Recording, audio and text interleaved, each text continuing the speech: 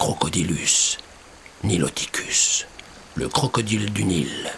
C'est le plus grand de son espèce, de 3 à 5 mètres de long. Les ancêtres des sauriens ont connu l'âge d'or des reptiles et survécu aux dinosaures. Le varan du Nil.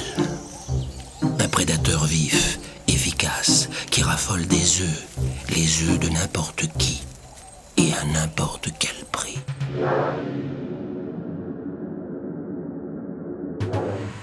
En Afrique, un fleuve est toujours le théâtre de conflits. Des tiraillements ont commencé ici, il y a environ 3 semaines, en janvier, au moment où les femelles ont pondu sur la berge. Il reste à peu près 60 jours d'incubation. Pour elles, encore 60 jours à jeûner, car elles passent leur temps à surveiller le nid. En tout cas, tension et conflit n'empêchent pas de vivre vieux. Cette femelle aux écailles noircies par le temps est centenaire. La vénérable dame partage la berge avec une jeunesse, une femelle de 30 ans. Contrairement aux apparences, les femelles ne couvent pas. Leurs œufs reposent au fond d'un trou qu'elles ont creusé elles-mêmes, dans un endroit ni trop chaud, ni trop froid, où la température se maintient entre 30 et 35 degrés. Une fois cette besogne accomplie, il n'y a plus qu'à attendre.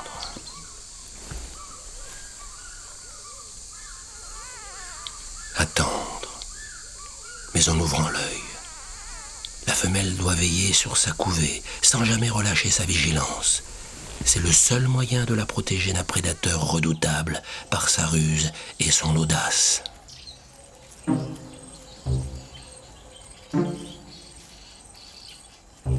Ce petit varan d'1,50 m, lointain cousin du grand dragon de Komodo, a coutume d'attendre le lever du jour pour entrer en action. Celui-ci vient de prendre son bain de soleil matinal. Une petite gorgée d'eau et il sera prêt à partir en chasse.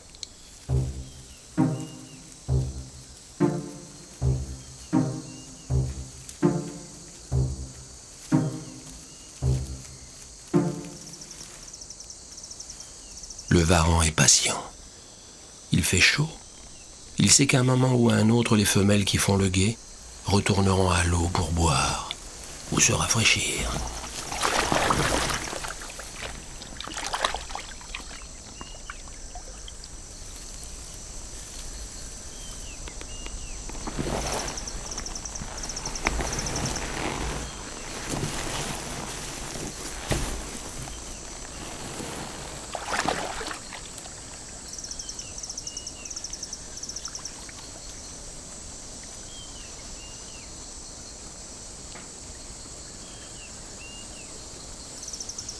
D'abord un repérage global pour définir le périmètre à fouiller. Le varan est un fin limier et il a du nez. Au moment de la ponte, les crocodiles femelles ont déposé à l'emplacement du nid des sécrétions odoriférantes afin de le retrouver rapidement au retour du bain. Cette odeur est un précieux indice pour le varan. Mais attention aux mouchards. Ces vanneaux armés ont passé un contrat avec les seigneurs du fleuve. Ils ont le droit de nidifier sur la berge et de bénéficier de la protection des crocodiles, en échange de quoi ils montent la garde et sonnent l'alerte dès l'arrivée d'un intrus.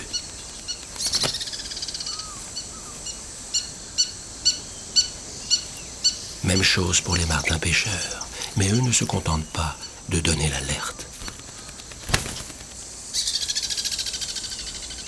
Les martins pêcheurs prennent leur rôle de vigile tellement au sérieux qu'ils se relaient pour foncer sur le varan en piqué et le harceler à coups de bec.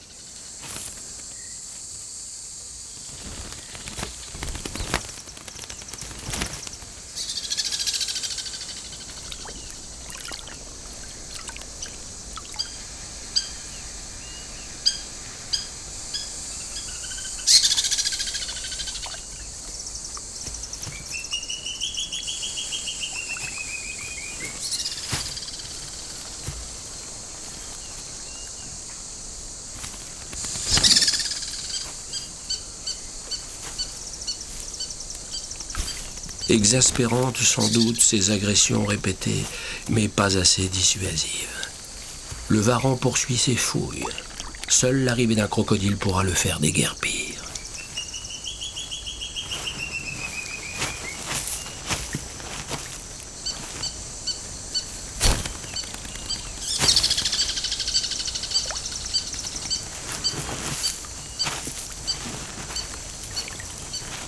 les yeux et les narines à fleur de l'eau, profil bas.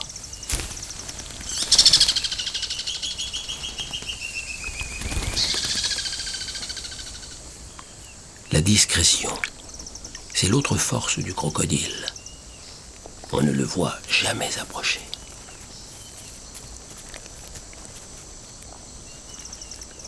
Deux paires de narines valent mieux qu'une, quand il s'agit de trouver des œufs sur une plage aussi vaste. Tout en continuant leurs recherches, les deux varans ramassent et dévorent toutes les charognes trouvées en chemin, sans se douter de rien.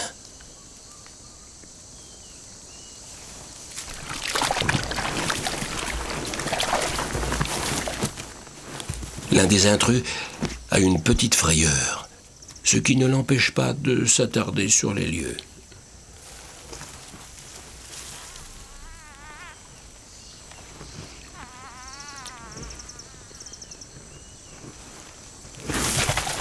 La surprise a été totale pour le deuxième.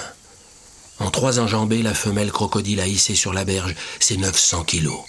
Mais le varan est un rapide, et fort de son agilité, il refuse de déguerpir. Une fois qu'il a flairé des œufs, le varan du Nil n'est pas du genre à renoncer. Ils sont tout près, enfouis quelque part. Mais où? Seules quelques vieilles coquilles gisent par-ci, par-là. C'est d'autant plus excitant. La femelle centenaire est revenue à son poste. Elle ne fera plus le moindre effort pour chasser cet insolent, sachant que sa seule présence le dissuadera d'approcher.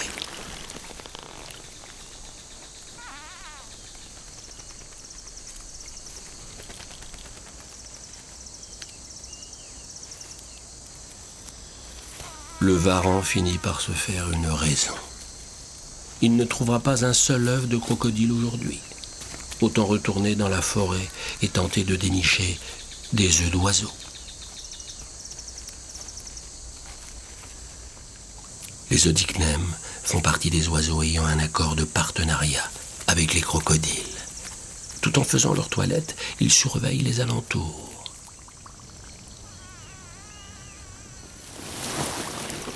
C'est tout un art d'être reptile.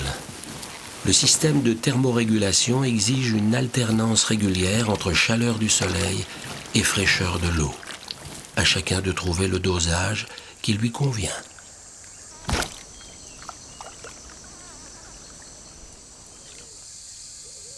Les deux femelles ont bien été imprudentes de déserter leur nid. Le varan est de retour, bien décidé cette fois à ne pas repartir bredouille.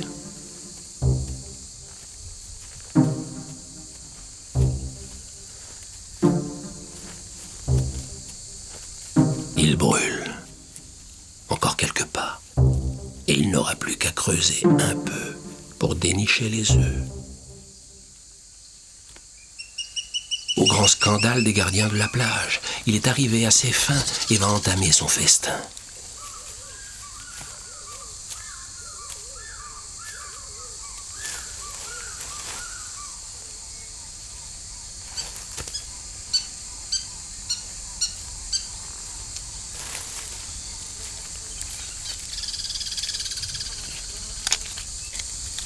Le varan est le seul saurien à pouvoir ouvrir aussi largement son gosier et avaler des proies qui paraissent bien trop grandes pour lui.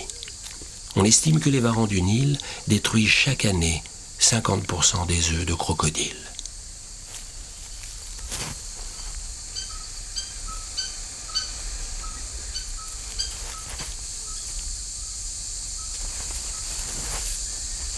Ce n'est plus un larcin, c'est un véritable carnage.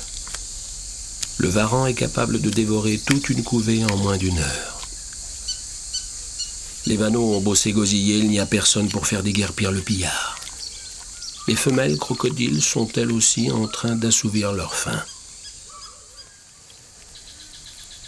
Entre-temps, le pilleur de nid a englouti presque tous les œufs.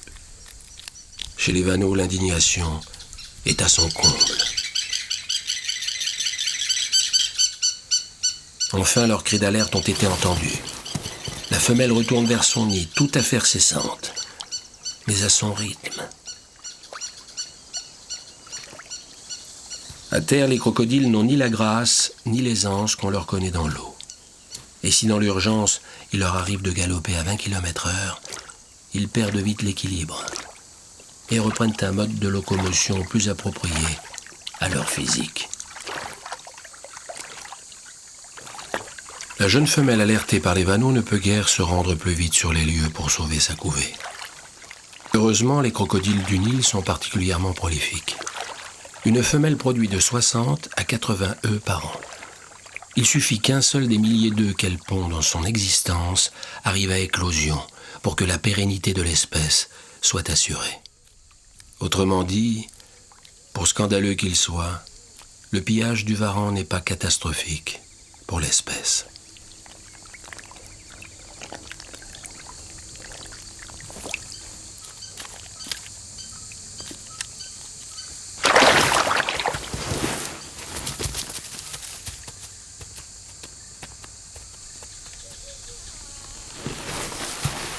Cette intervention musclée arrive trop tard.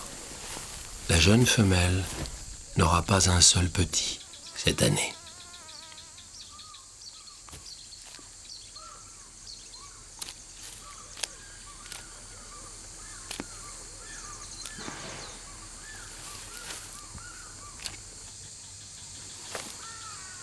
Sans doute la femelle n'a-t-elle pas examiné son nid de près. Croyant qu'il y reste quelques œufs, elle entreprend de le camoufler, au cas où le Varan reviendrait.